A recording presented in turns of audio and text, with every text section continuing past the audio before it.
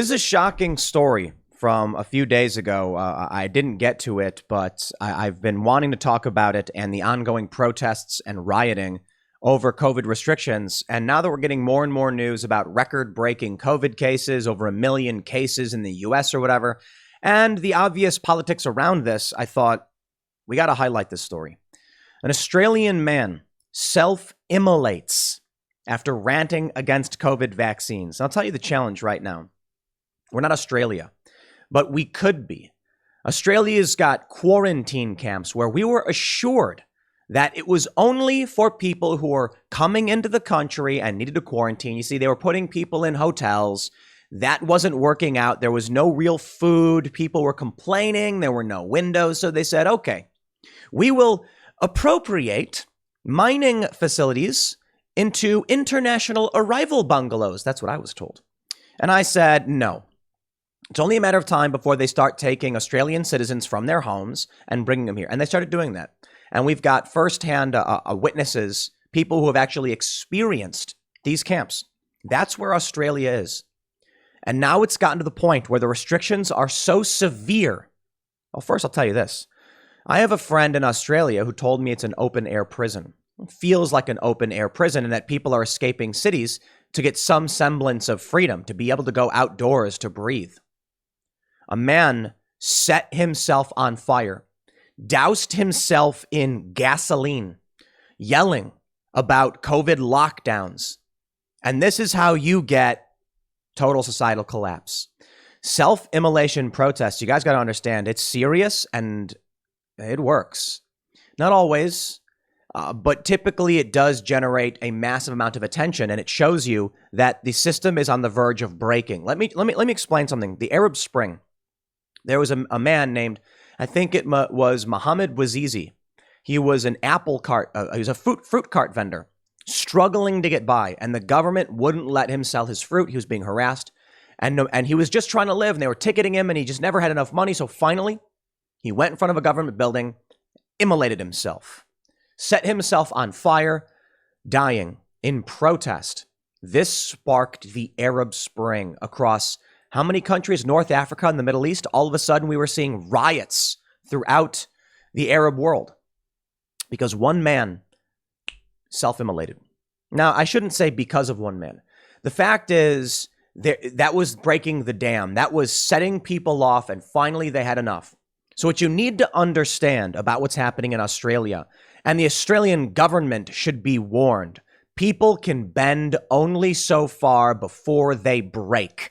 And when you're at the point where, look, in Tunisia, where this man, this food vendor was struggling and impoverished, he had nothing to live for.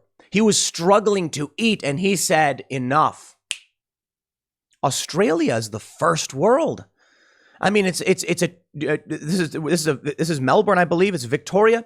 These are people who have nice cars, roads. They live in air conditioning with the finest meals and foods. You can get out of season fruits and vegetables whenever you want, basically. Well, I don't know about how Australia does it, but for the most part, that's how the first world operates, right? And it's so bad that a man doused himself in gasoline and set himself on fire. What that means is that the system is on the verge of collapse. Not always. You know, there have been people who have protested things that may be a bit esoteric, government conspiracies or policy. And I'll tell you this, you know, a lot of people, they're not going to self-immolate because California is not, you know, arresting illegal immigrants or anything like that. They're just going to complain about it. That's not something that cracks society. But police keeping you in your homes, taking people to camps, that's when you get people saying, I'm mad as hell and I'm not going to take it anymore. So I'd say this, be warned, Australian government, when people are willing to kill themselves, and not just like out of defeatism, but in setting themselves on fire, one of the most brutal ways to do it, that you have people who are willing to go to extreme ends, your system is on the verge of collapse. Here's the story from the New York Post. An Australian man was critically injured after he doused himself in gasoline and lit himself on fire in public on New Year's Day after ranting against vaccines, according to local reports. The gruesome act of self-immolation occurred just after 8 p.m. local time in the Richmond section of Melbourne when the man poured the gasoline on himself and his vehicle while shouting expletives regarding the state of Victoria's new COVID-19 vaccine mandate, according to the Herald Sun. Witnesses said police and firefighters tried to douse the burning man with water as he exited the vehicle, still shouting. With the help of 5 bystanders, officials restrained the man and put him into an ambulance that transported him to the Alfred Hospital. His skin was burning. He was on fire. A woman who did not want to be identified told the Herald Sun, "His skin stuck to my shirt. He was just off his face screaming about the vaccine mandates." A spokesperson for the hospital told the paper the man was in critical but stable condition. One witness, Lydia O'Connor, was dining at a nearby restaurant when she heard the man's screams. He poured gas on himself and on his car. It was on purpose. He was screaming about mandates. He was screaming "No Vax ID" and throwing books. The scene was cordoned off by law enforcement after the incident, and patrons at local shops and restaurants were asked to remain inside. The man has not yet been identified by law enforcement. Victoria's state government requires individuals to present proof of vaccination in order to enter bars, restaurants, and movie theaters. Workers are also required to be fully vaccinated. Check out this from The Independent. Protests, anger, it's spreading. I don't know how far it will get, but I have no reason to believe that it will stop because it's happening all over Europe and the US. And I have to wonder if this is even about COVID at this point. Anti-vaxxers storm COVID testing center and trash equipment in disgraceful protest. Prominent anti-lockdown figure Piers Corbyn helped lead Freedom Rally through Milton Keynes. Police are appealing for information on the dozens of people filmed taking over an NHS test and trace site in Milton Keynes, with one woman captured ransacking an office and stealing what appears to be various COVID testing samples and equipment. My friends, this story, people are mad as hell and they're not going to take it anymore. We are getting to the point where people are actually going out and this is an act of revolution. Look, this is not an overt declaration of anything, but this is an act of revolution. Take a look at the American Revolution, the Boston Tea Party. A handful of people, went in and protested this thing. They threw tea into the harbor over taxes. My understanding is that they didn't vandalize anything and they replaced the lock after they had finished their protest because they understood, don't victimize the people over government policy. What this is something similar. Now, this could be nothing. Could be vandalism. It could be protest. Could end up being nothing. Or it could be a grain of sand in a heap that is a revolutionary act. People saying no to their government, people removing politicians. And it could be, you know what? I'll tell you this. I'll tell you where people are ready to lose their minds. Remember, what was it? Was it 2019? There was that earth-shattering election in the UK where conservatives won, like districts and areas of the UK. I'm not familiar with UK politics for the most part, but areas that had been liberal for like 100 years turned conservative. What do you think? This is how it goes. People get fed up, and the US is on track for this as well because we follow a similar track to the UK. Look at Brexit. Look at Donald Trump. People voted. They voted in a major swing to conservatives saying, save us from these psychopaths. What happened? Boris Johnson, what did he do? No, they just locked everybody down. Now, people seeing that there is no electoral path to freedom and personal liberties, they're going to go around ransacking buildings. It's very different from what we saw with Black Lives Matter and Antifa. Black Lives Matter and Antifa were acting on behalf of the machine. They're going around espousing corporate slogans and espousing the message that people are pissed off about. Authoritarian crackpots that are basking in the messaging of the establishment. Yeah, Kamala Harris bails these people out. Staffers for Joe Biden provide funding as well. That is not revolutionary. That is fascistic. This is regular people destroying a testing and tracing site. Antifa showed up to a protest against mandates and beat people. This was in the US. There were people saying, hey, no mandates. So Antifa showed up and started beating people. Antifa is not revolutionary. Antifa is statist. This is revolutionary. I'm not condemning or condoning, just pointing out that basic fact. The footage was shared on social media, also showed members of the crowd throwing traffic cones towards the marquee setup to administer tests, while the man can be heard announcing via a loud hailer that they come peacefully. It was not immediately clear if those present believed the testing site was a vaccination center, but much of the anger expressed in the videos appeared to be about COVID jabs. Jeff Wyatt, former deputy leader of the Far Right for Britain movement, far right, addressed the crowd before leading its charge through the site, where he claimed there were millions of like-minded anti-vaccine activists who have woken up. How much you want to bet they're not actually anti-vax, they're just anti-mandate? Because that's what they're doing now. They're conflating anybody who opposes government mandates to being an anti-vaxxer. You know what?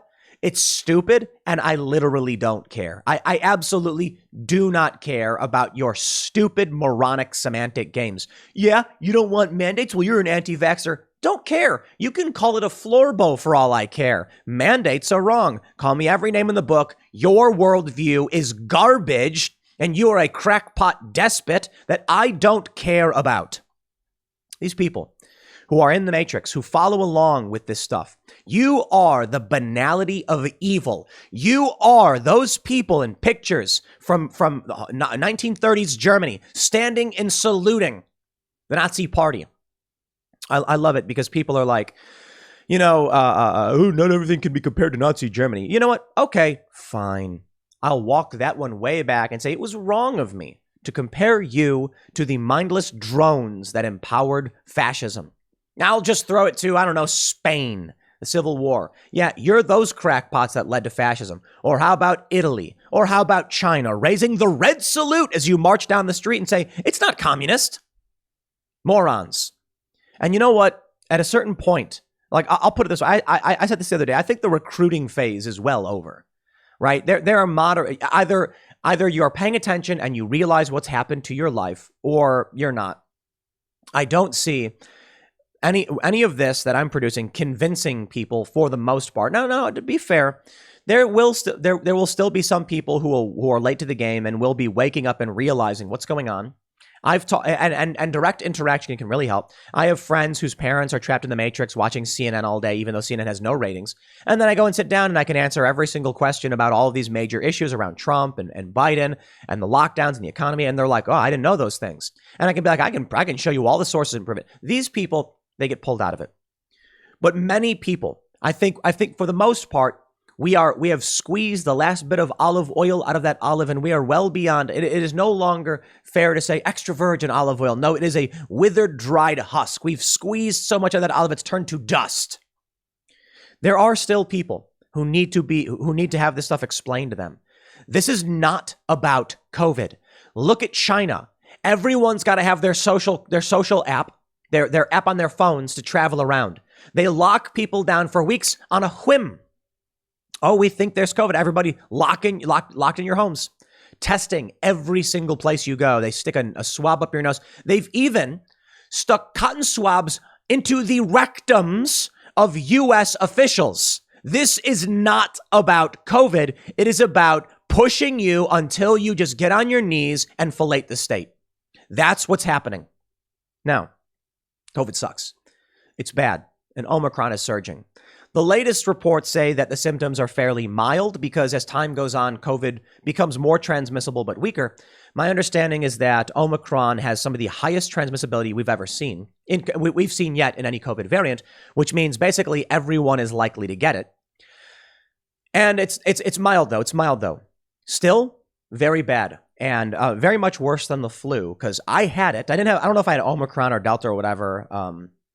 No idea. I don't even know how they determine whether you have what strain you have, because when they tested me, they didn't check for any of that stuff, or when I got tested. And it was bad. It was absolutely brutal, and I would not recommend anybody get it. So that being said, you got to talk to trusted medical professionals about what makes sense. And I'm not saying go blindly to a doctor who can't answer questions. If you got a doctor and you ask him questions and they can't answer it, find a better doctor. I saw this meme where someone's like, my doctor doesn't even know what's in it. And I'm like, dude, if you hired a plumber and you asked the plumber, like, what's the name of the pipe behind the toilet? Or like, what do you call that? He's like, I don't know, a pipe.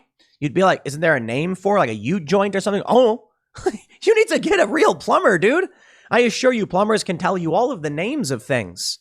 It's all about finding someone who knows what they're talking about. Look at Dr. Robert Malone. He's a scientist, right? You can trust the science, but that means also listening to the establishment narrative and the dissent at the same time. I'm trying to draw that conclusion. So how do you get through to these people who are giving up all of their freedoms for totalitarian security? Many of these people don't want to be gotten to. They want to just revel in the mob. They want to march along in lockstep because it feels good. They don't want to think for themselves. Well, I don't think we're waking those people up. It has been a decade of these conversations about the absurdity of what's been happening, and it's only getting worse. Granted, I'm not saying it's over. I'm not saying give up. I'm saying we're reaching this point where the system is on the verge of snapping. The dam is going to break. Michael Malice, smart guy. He said they thought Trump was the river, but he was the dam, or something to that effect, when he was actually the dam. Trump was stopping this from surging through. People were angry. They were mad as hell. And they saw Donald Trump and said, okay, we'll give this guy a shot. And then the establishment went absolutely balls to the wall against Trump to stop him. And they broke the dam. And now there are people saying there's nothing left. Now, of course, I think voting in the primaries, voting locally in your state, and then, those primary votes for the Republican Party into the federal election in November, that has a really good chance. And hopefully we still have an opportunity here in 2024. But I tell you this, if people begin to feel like there is nothing they can do and they have nothing left to lose, it'll get a lot worse than self-immolation. It's like that joke from Futurama. Bender, remember Bender? Yeah, you like Bender. He said, I'm so embarrassed, I wish everyone else was dead. That's the joke, right? And he was trying to, you're making fun of Bender for being self-interested, and he would rather everyone else, no longer be alive as opposed to himself. Well, there are people like that. And there are a lot of people like that. And that's scary. Violence is bad. This ranting of the stuff, it doesn't help. But if we're at the point where no one's being convinced anymore, then I think it's just going to degrade into absolute violence anyway. When you have someone in Australia who pours gasoline all over themselves in their car and self-immolates, and then goes out screaming up the mandates, this is a person who has nothing left to lose. Nothing left to lose. Everything has been taken from them, and they have been pushed too hard by the government, and they're snapping. In order for there to be camps, concentration camps, internment camps, or whatever, people need to be compliant, which means the camps need to be enacted before things get too bad. In Australia right now, they build these camps. They're building more. And they can bring people to them because things haven't gotten to that point. But eventually, when people start to see things getting really bad, they will not comply. And when people don't comply, the government can't contain them. There are about, what is the number? I've mentioned this before. I think like 30,000 police officers in New York City, and they're not all active duty. They're not all on the street. Some are administrative and some are rotating shifts. That's it. Let's say 40,000. I don't know what the number is. 40,000, because it might be like 38 or something. There are millions of people in New York. If millions of people in New York no longer have confidence in the system, and a large portion have gotten to the point, let's say 1% of the 2 million people in Manhattan have gotten to the point where they feel like they have nothing left to lose and they're willing to self-immolate. That's 20,000 people. Imagine if it's 1% of the greater New York metro, which I think is like 10 million people. Now you're dealing with 100,000 people. How many cops are there? Not nearly enough. And how many of these cops are part of that 1% as well? How many police officers are also going to be like, I don't have anything anymore. It's all been taken away. When people no longer have confidence in a system, the system ceases to exist because these are abstracts. Our government is an abstract. People believing in elections is an abstract. People thinking the US dollar has value, abstract. There is no tangible reality tying people to this other than mass confidence. When you see people rioting, when you see people immolating themselves, confidence is being broken. And so what that brings us to is the point where people just stop. There can be a couple different ways this goes. One is that people just no longer believe the government is relevant and they ignore it. But if the government maintains a show of force, which they are in Australia and in the US, not as much, but in Europe as well, then people start to believe the emperor has no clothes, and These people I do not respect and don't represent me are threatening me with violence. So I'll put it this way. When the government oppresses the people to a point where the people no longer have faith in that government, the cops will no longer be viewed as officer friendly. They will no longer be viewed as enforcers of the state. They will be viewed as a criminal gang. And that's already happened to a great degree in the US among many on the left, among, many Antifa types. Let me show you this. This is a video from Aussie Cossack. Police ordered to get out by Queensland cafe owner and angry locals. This is crazy. In this video, the cops come in and are acting a fool and causing trouble. And the cafe owner is basically like, get out, get out, get out. I've asked you 4 times. You have to leave. No one here has broken the law. And then people in the cafe, just regular people, start chanting for the police to get out. This reminds me of that V for Vendetta moment where the inspector is telling the story and he says eventually someone will do something stupid. And it shows the police officer shoot the little girl. We're getting to that point. Let me give you a scenario in Australia. People are already willing to say, I'm mad as hell and I can't take it anymore. I'm not going to take it anymore. What happens when the police walk into a cafe and start shaking down the cafe owner and locals are getting angry and they're yelling, get out at the cops, and the cops say no, and the cop tries arresting or striking someone who works there, and then regular people feeling that they have no confidence in these officers and viewing them more as a criminal gang than as law enforcement. What happens then when the people start beating the cops? When that happens, everyone around who feel the same way will just say the police are illegitimate. And many already feel that way. That's why the man self-immolating is such an important moment to pay attention to. It shows that someone is not only willing to lay down their life in protest, that they're fed up with the government, that they feel the system is broken, they have nothing left to lose, but they are so angry, they will protest and end their lives in one of the most brutal ways imaginable. It'd be one thing when you have people right now, suicides are way up. These are people saying, I've got nothing left and I have no reason to fight. These are people who are saying there's nothing left for me, but the system is too strong. The man immolating himself is someone who says the system is not strong and I will stand up against it. What happens when all of these people who are committing suicide and then they're up just say, well, if I'm going out, and they take it to the streets? Yeah, Australia will collapse. Europe will collapse. The US will collapse. China, man, they seem to have figured it out, I guess. But I think even China can't handle it. If all of these billion people just reject the system collapses. So pay attention. This is getting serious, and this year is going to be absolutely insane.